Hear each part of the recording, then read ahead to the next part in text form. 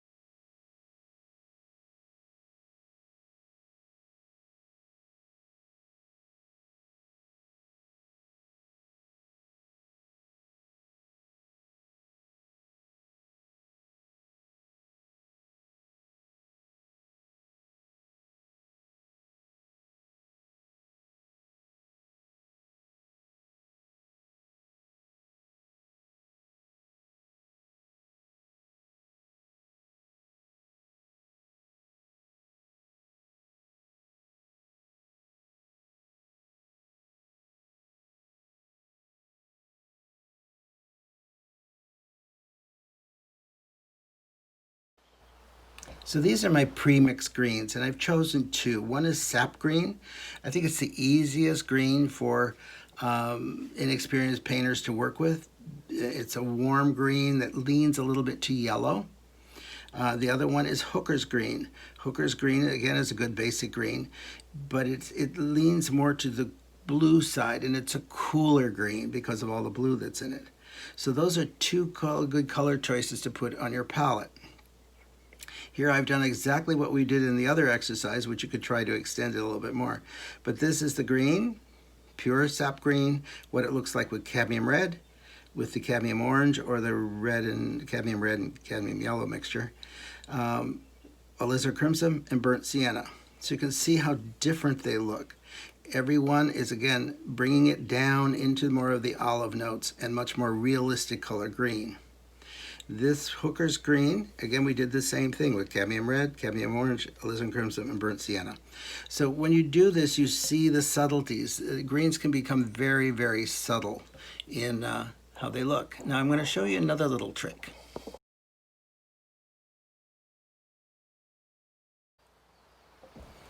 Okay, this is a little trick inexpensive way of kind of testing your greens, especially when you're outside or you're in the studio. So what I do is I go to any paint store and I pick up samples of green paint samples, and I punch a hole in it. When you're outside in the landscape, what you can do is you can actually hold this up and look through it and see which greens match. Like, pretend this is my scene outside. So I can go like that and see, through the little hole, what green it really is. It also helps me see how olive a tone is and how cool or warm something is. So I can really judge my greens a little bit better that way until you really get used to mixing them. This really does help you to maybe interpret your greens a little bit better.